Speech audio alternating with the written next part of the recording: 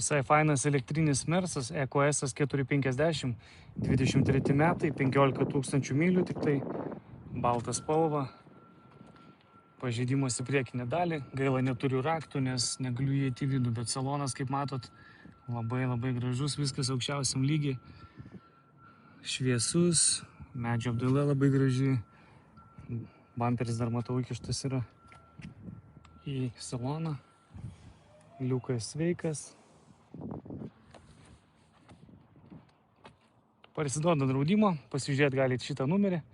Lapkričio 20 aukcionas, pažeidimas yra toks.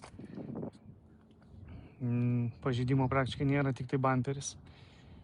Tai jį kūrėsi ir važiuoja, bet kaip minėjau, raktai yra ofise, negaliu pasitikrinti.